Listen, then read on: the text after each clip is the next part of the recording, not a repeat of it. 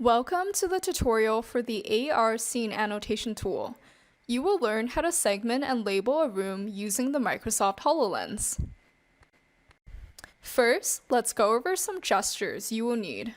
1. Lift your palm to open the hand menu and drop your hand to lock it into place. 2. Tap with your index finger to press buttons. And 3. Pinch with your fingers to make a selection. Now, let's walk through how to segment a room. First, let's launch the AR Scene Annotation app. This should take a minute. When finished, you should see the HoloLens wireframe mesh of the room. You can walk around and let the mesh update. Now, lift your left palm to see the annotation menu and drop it to lock it. Here's a close-up of the menu buttons. We'll first start with the Update Scene button, which updates the dense mesh of the room. This should appear in white. And don't worry if the mesh looks incomplete, as this is normal. You can call the Update Scene button more as you move around. Now, click the Auto Segment button. This will cause the screen to go dark for some time as the mesh gets segmented in the background. When it comes back, you can see that the mesh is divided into translucent colored segments. These are auto-generated segments, and you will have to assign a label to them before exporting.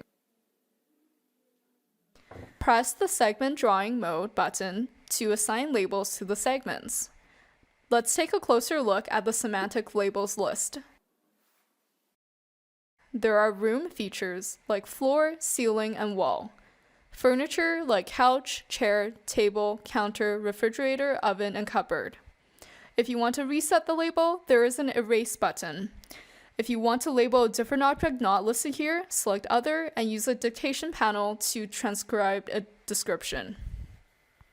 Here, I'm selecting the floor segment with a pinching motion to assign it with the label floor. Likewise, I can do the same for ceiling and selecting the ceiling segment. Repeat this with the remaining segments in the room. The auto-generated segments are not perfect, so select Face Drawing Mode to edit the label of the individual faces in the mesh. Again, select your desired label from the semantic label list and use the pinching motion to paint the mesh faces.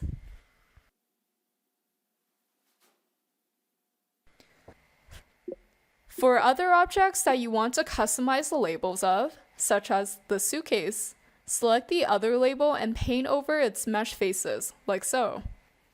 Toggle to manual labeling mode and select one of the physical label methods. They are equivalent but use different interaction modalities. To demonstrate, I will use the magnetic label.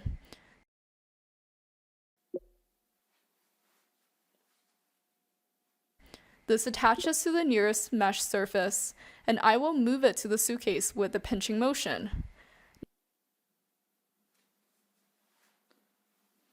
Now click on the Start Recording button on the dictation panel and describe the object.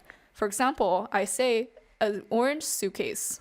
The transcription will be propagated to the label and exported.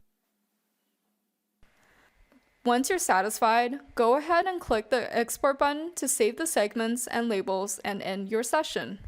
Enjoy!